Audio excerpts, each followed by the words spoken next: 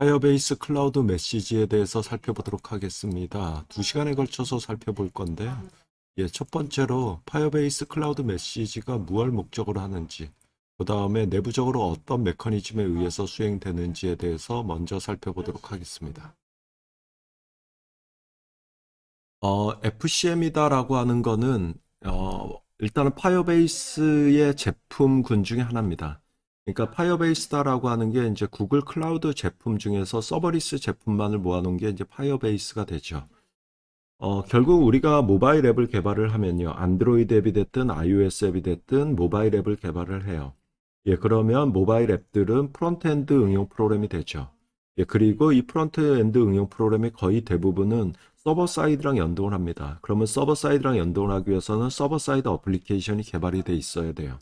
그리고 적절하게 서버 사이드랑 네트워크 통신을 하면서 모바일 앱들이, 안드로이드 앱들이 개발이 되죠. 그런데 파이어베이스의 목적은 뭐냐? 이런 프론트엔드 응용 프로그램, 즉 모바일 응용 프로그램이라든가 웹프런트 응용 프로그램이라든가 이 프론트엔드 응용 프로그램과 연동할 수 있는 서버 사이드가 있어야 되는데 그 서버 사이드를 우리가 직접 준비하지 않고 구글 클라우드에서 제공되고 있는 파이어베이스 쪽의 제품을 이용을 하자. 그래서 결국 우리 모바일 앱 입장에서 봤을 때 파이어베이스는 서버라고 보시면 돼요. 그래서 이 파이어베이스에서 제공되고 있는 어떤 제품들을 이용을 해서 뭔가 인증 처리를 한다든가 아니면은 데이터를 저장한다든가 아니면 파일을 업로드한다든가 이런 식으로 개발하기 위한 구글 클라우드의 제품군들이 파이어베이스다라고 보시면 되겠습니다. 파이어베이스의 제품군들은 여러 가지가 있습니다. 인증을 제공하기도 하고요. 그 다음에 스토리지를 제공하기도 하고요. 그 다음에 데이터베이스 등등을 제공합니다. 근데 그 중에서 아마도 가장 인기가 있는 제품이 지금 우리가 살펴보고자 하는 FCM이지 않을까라는 생각이 좀 듭니다. FCM의 주 목적은 뭐냐면요. 서버 푸시를 목적으로 합니다. 그래서 우리가 서버 사이드에서 어떤 특정 상황이 발생할 수 있겠죠. 이 특정 상황이 발생했을 때 그 상황을 클라이언트 앱에게, 즉 모바일 앱에게 혹은 웹프런트 앱에게 어떤 그 상황을 전달하거나 혹은 그때의 데이터를 전달하기 위한 서버 푸시를 목적으로 하는 파이어베이스의 제품이다라고 봐주시면 되겠습니다. 예를 들자라고 하면요. 만약에 이제 이 서버 사이드의 응용 프로그램이 있어요. 우리 회사의 서버 사이드 응용 프로그램. 근데 뭐 가장 이해하기 쉽게끔 은행 앱을 좀 가정을 해봅시다. 그래서 어떤 서버 사이드, 은행의 서버 사이드 쪽에서 어떤 고객의 계좌이체가 발생이 됐어요. 그러면 이거는 이제 서버 사이드 응용 프로그램에서 발생한 어떤 이벤트 상황이잖아요. 근데 이 계좌 이체가 발생했다라는 것을 클라이언트에게 알려줘야 되겠습니다. 그래서 서버 사이드에서 어떤 이벤트가 발생하거나 데이터가 발생한 그 리얼 타임으로 그 상황을 혹은 그 데이터를 클라이언트에게 알려줄 수 있는 방법. 이거를 이제 서버 푸시다라고 얘기를 합니다. 그런데 원래는 이제 우리 회사 서버에서 어떤 상황이 발생했을 때 앱에게 직접 알려줘야 되는데 그거를 우리 회사 서버에서 우리 회사 앱에게 직접 알려주는 게 아니라 파이어베이스에게 그 상황 혹은 그 데이터를 넘기고 파이어베이스 쪽에서 클라이언트에게 그 데이터를 밀어내겠다. 이렇게 해서 결국 우리 회사의 서버 사이드에서 리얼타임으로 어떤 데이터가 발생한 순간 프론트엔드 응용 프로그램에게 그 상황을 알려주겠다. 혹은 데이터를 전달하겠다. 이런 목적으로 만들어진 게 파이어베이스 클라우드 메시지다라고 봐주시면 되겠습니다.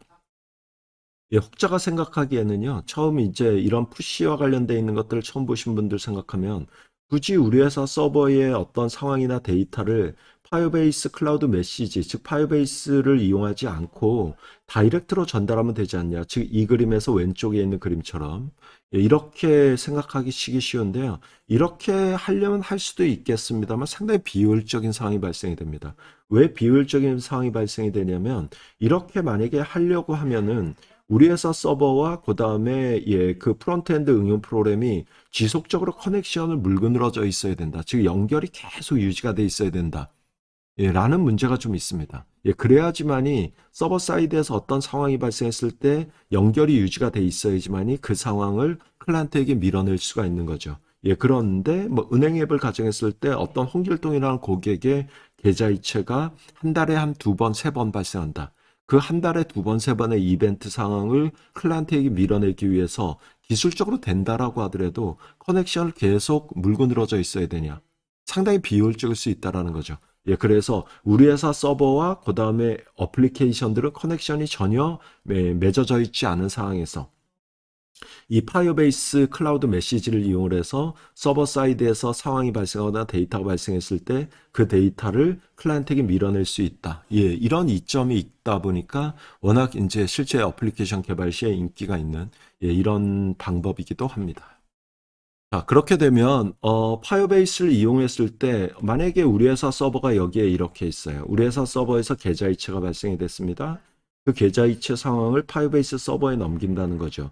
예, 그랬을 때 이 FCM 서버는 즉 구글 클라우드 서버가 되겠죠. 이 FCM 서버는 어떻게 전 세계 그 많은 핸드폰 중에서 홍길동이라는 핸드폰에게만 혹은 홍길동 핸드폰 안에 300개의 어플리케이션들이 있는데 그 300개의 어플리케이션 중에서 어떻게 그 은행 앱에게만 데이터를 전달하냐 이 메커니즘에 대해서 잠깐 보고자 하는 건데요.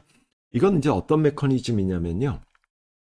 우리의 어플리케이션이 유저 핸드폰에 깔려요. 깔리면은 자동으로, 그러니까 우리 코드 가지고 하는 거 아닙니다. 자동으로 우리가 FCM을 이용하는 어플리케이션이에요. 그러면 우리 어플리케이션이 어떤 유저 핸드폰에 깔리는 순간 자동으로 예, 파이어베이스 서버에 요청이 들어갑니다. 예, 이 1번 요청은 우리 어플리케이션 코드에 의해서 요청되는 게 아닙니다. 예, 자동으로 요청이 들어가요. 예, 그렇게 되면 파이어베이스 서버에서는 지금 현재 이 핸드폰에 이 어플리케이션 식별하기 위한 토큰을 하나 발행하게끔 되어 있습니다. 이 토큰이 결국 식별자다라고 보시면 돼요. 예, 그래서 현재 핸드폰에 현재 어플리케이션 식별하기 위한 예, 토큰이라고 보시면 됩니다. 예, 그래서 이 토큰이 발행이 돼요. 예, 그러면 이 토큰을 누가 받는 거냐? 결국 우리의 코드 가지고 예, 파이베이스 서버에 예, 토큰을 요청한 게 아니죠. 그래서 안드로이드 시스템에서 이 토큰을 받게 되고요. 이 토큰을 우리 어플리케이션에 전달을 합니다. 예, 그러면 우리가 이제 이후에 보겠습니다만 우리 어플리케이션 내에서는 시스템에서 토큰을 받자마자 실행될 서비스 하나만 만들어 주시면 돼요. 예, 그러면 우리 어플리케이션이 설치가 되고 예, 토큰을 요청해서 파이어베이스 서버에 토큰이 전달되는 순간 안드로이드 시스템에서는 우리 어플리케이션 내에 있는 서비스를 실행시키게 됩니다. 예, 그런데 이 토큰은 프론트 쪽에서 활용되는 게 아니라 나중에 우리 회사 서버에서 활용되는 거예요. 그래서 우리의 서비스가 실행이 되면서 토큰을 받아내서 예, 그거를 우리 회사 서버의 네트워크 프로그램으로 전달하게 되고요. 나중에 써야 되죠. 실제 서버 사이드에서 어떤 푸시 상황이 발생했을 때, 예, 그래서 서버 사이드 응용 프로그램이 우리 회사 서버의 어떤 데이터베이스에다 저장을 해 놓습니다. 뭐 보통 이제 어떤 유저 테이블이나 뭐 이런 쪽에다 저장을 해 놓을 수 있을 것 같고요. 예, 이런 식으로 해서 예, 결국 예, 이 어플리케이션을 식별할 수 있는 토큰이 FCM 서버에 의해서 발급이 되고 예, 그 FCM 서버에 의해서 발급된 토큰이 결국 우리 회사 서버에 저장이 된다. 이게 이제 첫 번째 흐름이 되고요. 예, 두 번째 흐름이 실제 우리 회사 서버에서 뭔가 이벤트 상황, 푸시 상황이 발생이 됐다고 봅시다.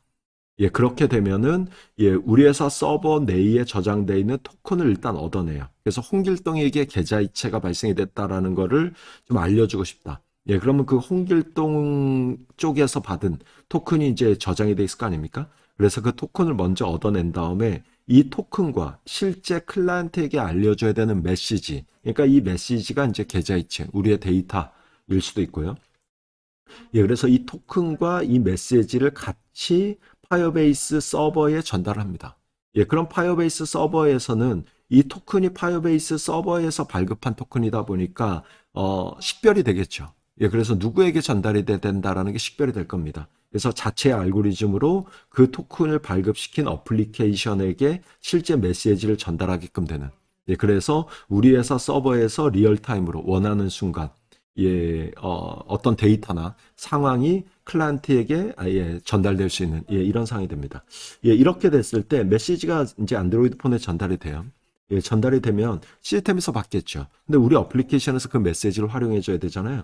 예, 그래서 서비스를 만들어 놓으면 시스템에서 메시지가 전달되는 순간 또 서비스를 우리가 실행시키는 예, 그래서 우리의 서비스가 실행되면서 그 메시지 가지고 뭔가 작업을 하는 예, 이런 구조가 되겠습니다. 예, 결과적으로 안드로이드 앱 개발자 입장에서 FCM을 이용한다라고 하면은 코드적으로든 서비스 하나만 만드시면 돼요. 예, 그래서 토큰이 전달이 되거나 실제 우리 회사 서버에 메시지가 전달이 될 수 있는 서비스 하나만 만들어 놓으시면 되겠고요. 예, 그 코드적으로는 그렇고요. 예, 그 다음에 사전에 이제 FCM 서버에 가가지고 개발자 어떤 작업이 좀 이루어져야 되는, 예, 이게 이제 사전에 이제 이루어져야 되는 작업이 필요하고요. 예, 이상으로 파이어베이스 클라우드 메시지에 대해서 살펴봤고요. 다음 영상에서 실제 구현하는 방법에 대해서 살펴보도록 하겠습니다.